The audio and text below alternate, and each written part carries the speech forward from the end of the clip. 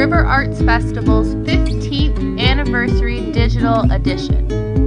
The festival is sponsored by Haldeman Artworks with support from Heritage Canada. If you're able, please consider making a donation at www.riverartsfestival.ca or by visiting our gallery and gift shop at the Minga in Dunnville. For more information, feel free to reach us on Facebook or Instagram. Make sure to check out our online schedule to tune in to other events from November 7th to 28th, 2020.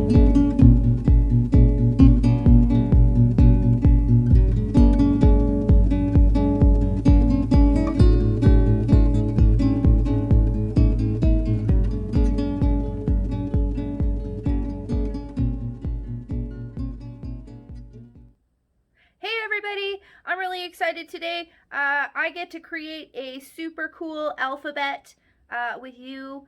If you want to follow along at home, you need some paper, you need a pencil, you need a small paintbrush, and you need some liquid watercolor paint or food coloring. Food coloring will work. You shouldn't always paint with food coloring, but if you're stuck and you really want to do this, food coloring will do just fine. And you also need a cup of nice clean water. Okay, now I'm going to use a big piece of paper. If you've ever been into the studio, a Creative Barracks, you've seen this poster on the wall. It's been around for a while, which is why it's got some stains and some scuffs, but that's okay. Now we can make a new one. I'm using a heavier paper. I'm using a watercolor paper, but you can use any kind of paper at all. And I'm using a nice big one, so it'll be easy for everybody to see. Okay, just so everyone sees. However, the other thing I've set up here is my tray with my liquid watercolors or food coloring, and I've got some blank paper underneath, and I want to show everybody why. Okay, if we look at this tray, a lot of the colors, they look similar. We can tell these are warmer, these are darker, maybe cooler, but we don't know what color is which. So what I like to do is create this little mat underneath with a couple pieces of blank paper or scrap paper, or even newspaper works just fine. It's great for making sure you don't make a mess on the table, but it's also helpful to do this. Just do a little color test. Okay, and wash your brush in between each one. Okay, and then this will be a reminder to you as you go along of which color is which. And obviously some of them are a little bit easier to see than others.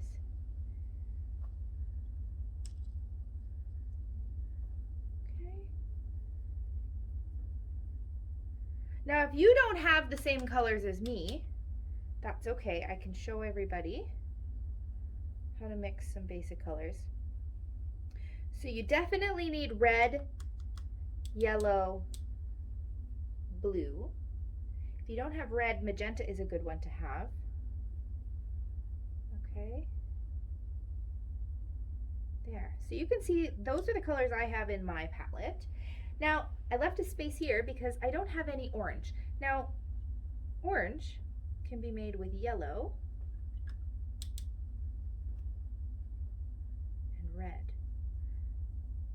Now, that looks more red because yellow is not as strong of a pigment as red is. So you have to use lots of yellow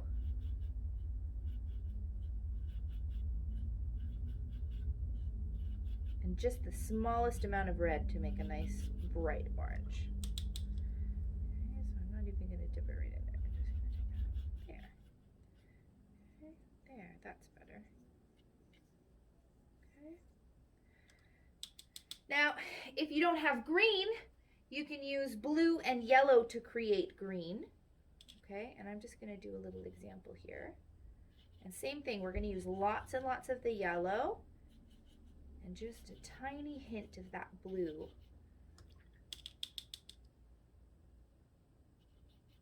Okay, and this kind of green, it's a different green. Okay, so I'm going to use both. But you can also add a little bit more green if you like and make it greener. You can also add a little bit more blue if you like and make it greener. Okay. So now we know what colors we're working with. If you don't have the same colors at home, don't even worry about it. Whatever colors you have are awesome. Okay. Next, I'm going to move this out of the way, but I want you to look at something first. If you want to make a balanced looking alphabet, this is a good example because we have 1, 2, 3, 4 rows of letters. Then we have 1, 2, 3, 4, 5, 6, 7 columns. Okay, so 4 by 7, and then we just don't put a letter down here and down here. Okay, so let's create an alphabet first. So we're going to need our paper and our pencil. Okay, so we're going to start here and do 6 across the top. A, B, C, D, E, F. Okay, and remember we're going to leave a space there. Okay, then we're going to go do 7. So G, H, I, J, K, L, M. They're shrinking as I go, aren't they? That's okay. It's hard to see. And just make some of these longer. Okay. E, G, L, M, N, O, P, Q, R, C. Okay, and now to balance it like we had in our example, we're going to skip a letter here.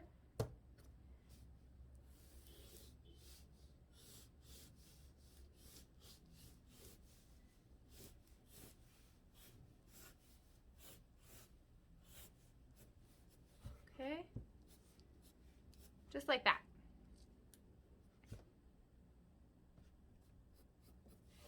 So you can touch up things anywhere you like. You can shift and move things around. If you did a lowercase alphabet and I did an uppercase, that's okay. If you wanted to, you could sneak the small one in beside. Let's just for fun.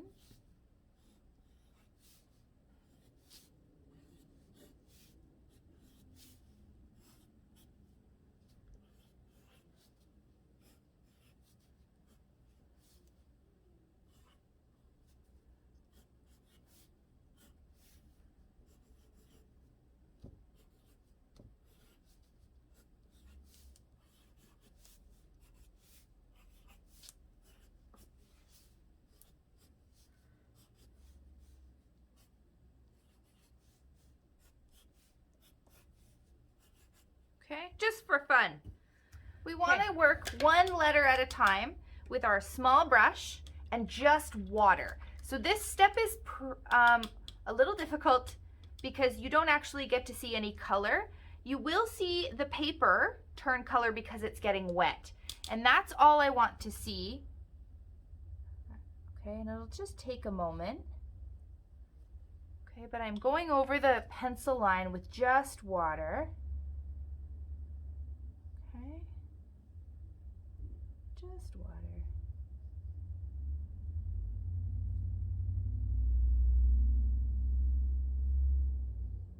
Just like that. Okay, and I'll do the other one too while I'm there. Okay, so maybe you can see it changing. It's not going to make a huge difference. But what you're going to do, once it's nice and wet, okay, and you know it's wet because it'll be shiny, choose a color that you want to work with and just dab it in. So I'm going to use, let's start with pink. Okay, and I'm just going to dab it in. And see, it's going to spread out all by itself just with one dab. Okay, but I'm going to dab it a couple times. Maybe run it down one side, add in here and there. And I've got big letters, so it's going to be hard for me to just fill it in with a couple drops. But you might have smaller letters. So just use as much paint as you need, and you can switch colors whenever you want. So I think some blue would look really nice with this pink. Okay, and you don't have to force it to mix together. It'll mix together all by itself if you put it close enough. Okay.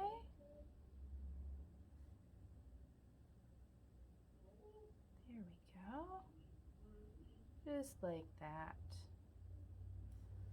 Okay. And we're going to do this again with each letter. So I'm going to go ahead, I'm going to get some yellow. Let's add some yellow to my little A. Okay. And I'm going to add blue to it.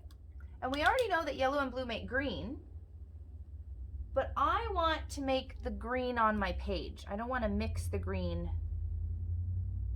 on my palette. Okay, and see how fun that is? It just spreads out. Okay, it's kind of like tie-dye, right? Okay, so I'm gonna go to the next.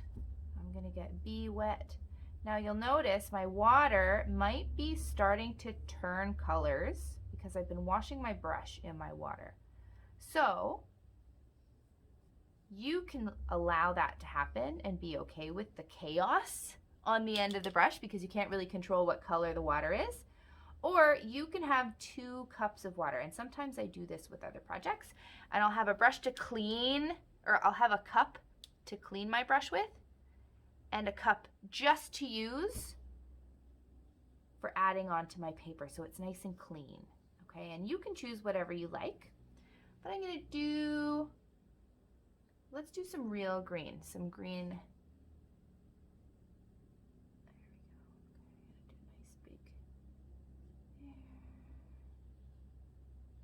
Lots of green.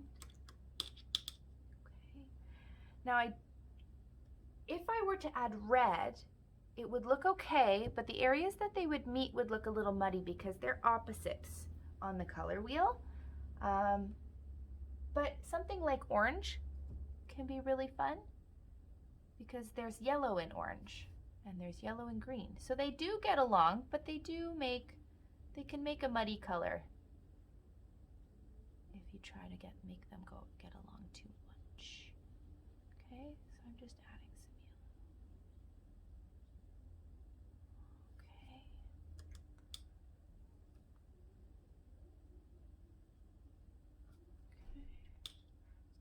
So I just re-wet my bee. It got a little dry. So always make sure your letter is shiny before you start. Okay, I'm gonna use some of that pink again. And this time I'm gonna use yellow with the pink. I think that would look really fun.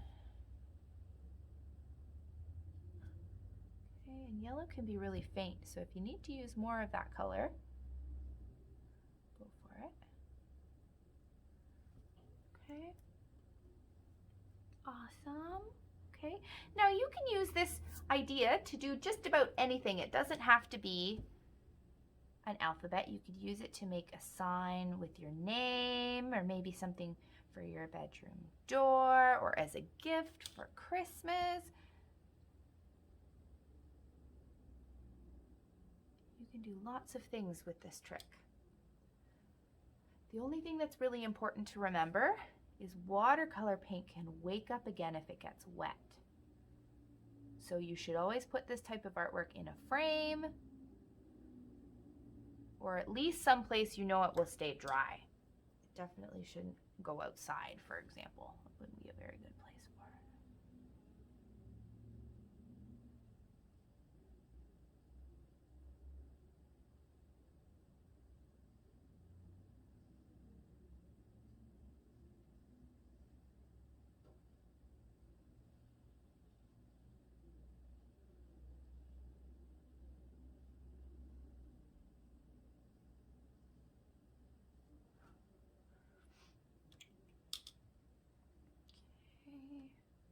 I feel like I haven't used red yet. Let's use some red. There.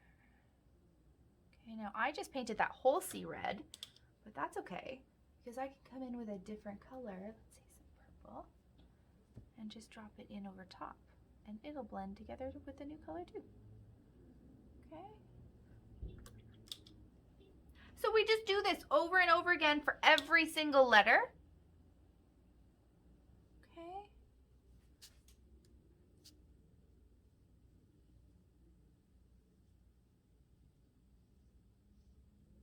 Okay. So I'm just going to put some music on, and you guys can go ahead and paint along with me, and we'll finish this together. Okay?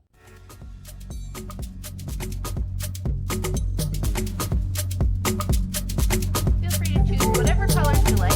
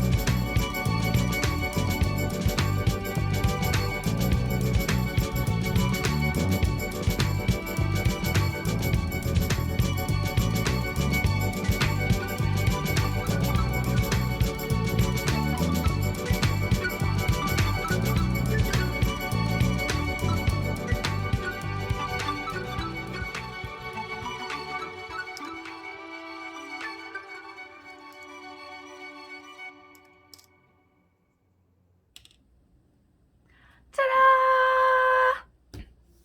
There you go, my friends. I hope you had fun. I hope you learned something new, even if it was just that you can use food coloring to paint. I hope you learned something new, even if it was just about using food coloring to paint. I hope you had fun. I hope you have someplace great to put this work of art. I hope you use this idea for something else cool in the future. Thanks for hanging out with me and making some art. Come visit me sometime at Creative Barracks. Have a great day, everybody.